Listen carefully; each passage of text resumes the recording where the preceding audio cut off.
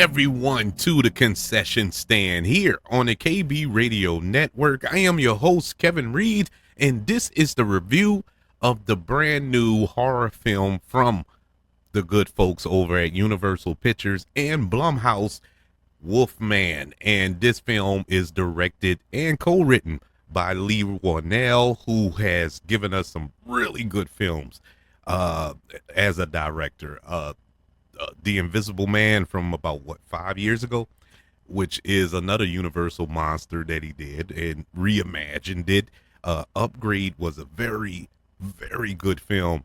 I think underrated, to say the least. And he co-wrote Insidious and the very first Saw film, as well as co-starred in that movie as well. Well, he's mainly behind the director's chair now, or sits in the director's chair.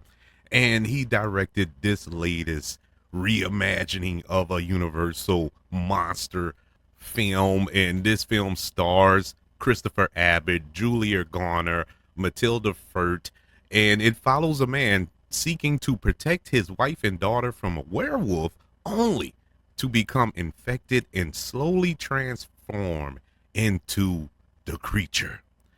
I was highly anticipating this film coming into this new year that we are currently in, for a number of reasons. Number one, Lee Warnell, he has yet to let me down. So I was super excited to see what his take of the Wolfman would be, after seeing The Invisible Man. The Invisible Man was just bananas crazy good. Had no business being that good, yet it was. It was so good. And all his other films always keep you on the edge of your seat, keep you scared, keep you terrified, and all that good stuff. And I was excited to see what he would do with this material. The second reason I was excited for this was, out of all the Universal monsters, or just monsters in general, I absolutely love werewolves. It's a close race between werewolves and vampires for me, but it's something about werewolves. If I could pick, and this is a weird thing to say, but if I could choose to be anyone, it would probably be a werewolf. It's something about a werewolf that intrigues me. I would love to be a werewolf.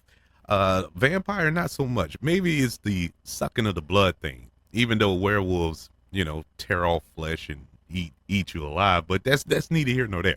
But I just would prefer to be a werewolf. That's besides the point. Anyways, I love werewolf movies. I actually enjoyed that werewolf film that came out about a month or so ago, Werewolves, with Frank Grillo. It was what it was. It was a campy little werewolf film, and it leaned heavily into it. It didn't apologize. I actually enjoyed it. And so I enjoy werewolf movies. And so that was my second reason. The other reason was Julia Garner, who I am a gigantic Julia Garner fan. Ever since Ozark, I will watch anything she's in, good or bad, and I enjoy her in everything she's in. And can't wait to see her in Fantastic Four. In case a lot of people don't know, she's in that film. She's not playing one of the Fantastic Four. She's actually playing Silver Surfer in that movie. So I'm excited to see what her take of that character will be. But I was really excited to see her in this film. I was not disappointed. This set the bar for 2025 to me. This is the bar here. The bar will move gradually up or down, depending on how the rest of this year goes. But as it stands right now, you have to match Wolfman. This was an excellent film in my eyes. Was it a perfect film? No, it wasn't perfect. There were some character decisions that were kind of questionable in this movie, but it's a horror film. Show me a horror film where a character doesn't do something stupid that you sit there and like, why did you do that? They all horror films have that. It is no exception here. But besides that, this was amazing. This was an amazing film. This movie is 90 minutes long, and it was a small contained story that just centered on this family. These are the only three characters in the film. Well, there's a fourth, but watch the movie, you'll know what the fourth one is. But it's just contained in this one house for the majority of the film. And you know what can keep you interested in something like that? Well, they found the way. They found the way. And I love short, little, small, contained films like this. I love it. Trust me, epic, wide scale films has its place. You know, Lawrence of Arabia has its place. Ben Hur, the Ten Commandments, all those big epic films from back then, they have their place. But sometimes you need something small, a small story, yet with large stakes. And this is it.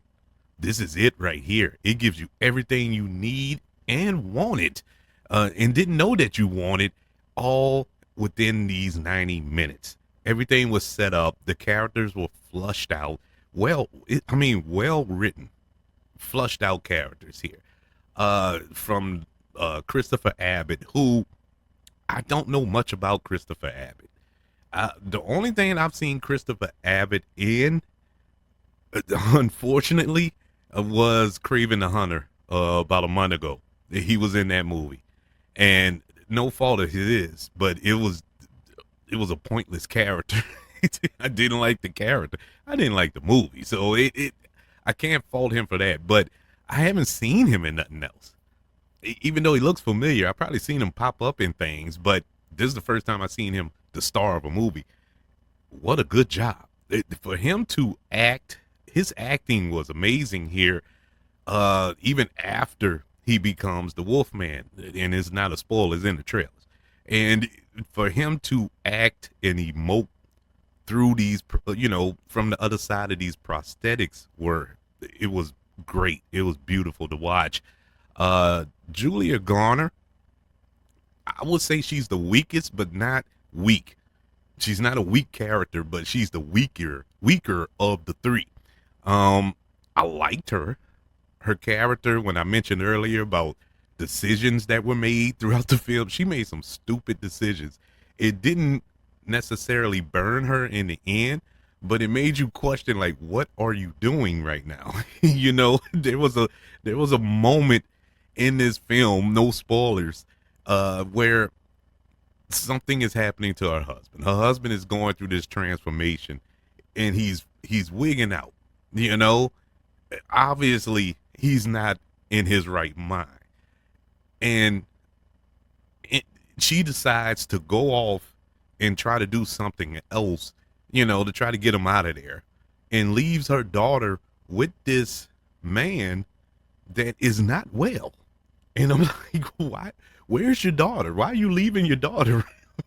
I know that's her dad, but he's not right now. Do you know what I'm saying? And it's just a dumb decision that was made there. And she made another one towards the end of the film that I was like, what are you doing? But it didn't bite her in the end, but no pun intended. But the standout here, the star here, was Matilda Furt, who plays the daughter, the young daughter here. Man, what a great job by her. She had to, I guess you could say she was the audience here. She was us in this movie. And the relationship between her and Christopher Abbott, the father-daughter relationship that they had, it was genuine. It was pure. It was real. I actually, for a minute, I was like, is this his real daughter in real life? Because they have that connection. I know, because I have two daughters. And I know the connection between the father and the daughter when I see one. And it was there. It was great. And, and once he's going through this transformation and everything, it was heartbreaking to see too. And so I loved her performance. She really acted her behind off. I mean, she was the standout between these two other adult actors in this film.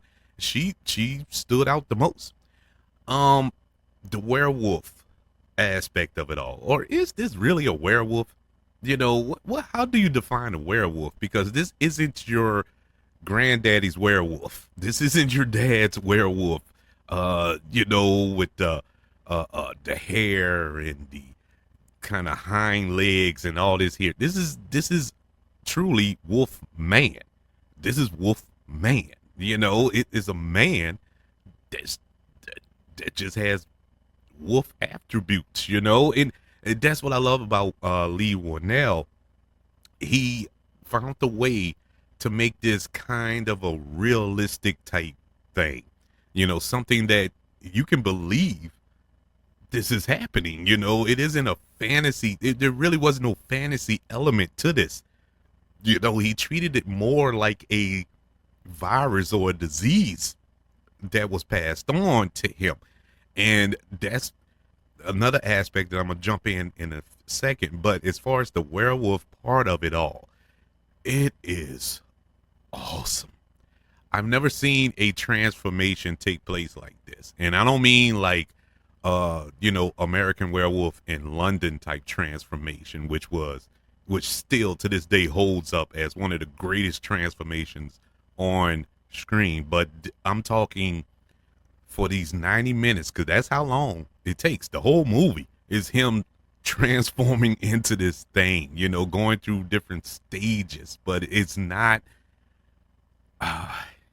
it's not like you've seen before, but it's nothing that's gonna wow you. It's not like it's state of the art visual effects and all this other stuff. It was basically all practical, maybe a few digital shots, but it was mostly practical.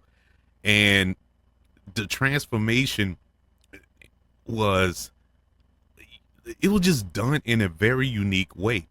And I'm not really talking about the physical aspect of it all. The exciting part about this was the visual and the sound. The senses of our lead character, of Christopher Abbott's character, being turned up to 11. With his hearing and his ability to smell and the speech and all this other stuff, all that, the way it was done was so unique, so simple. It was so simple. I found myself, while the film was going, I'm like, have I ever seen this before? Because it seems so simple. Like, I know this has been done before. This had to been done before, but I've never seen it done in this way. So intelligently. I mean, kudos. My hat goes off to Lee Winnell in the job that he did depicting the stages of transformation for this individual. Going back to what the symbolism of it all, and this movie is based. Let me say it like this: it's not what you think. This is not your typical horror film. This isn't your werewolf running through the house chasing this woman and child up the stairs, in the closet, in the bathroom, and all this other stuff, and they jumping off the roof trying to escape this. It's not that. If you go in thinking that, you're going to be disappointed. That's not this film. This film was a film about generational trauma and how that is passed on from generation to generation, and how it was used. The device used in this film is this wolf virus, I guess you could say. And it's done in a unique and intelligent way.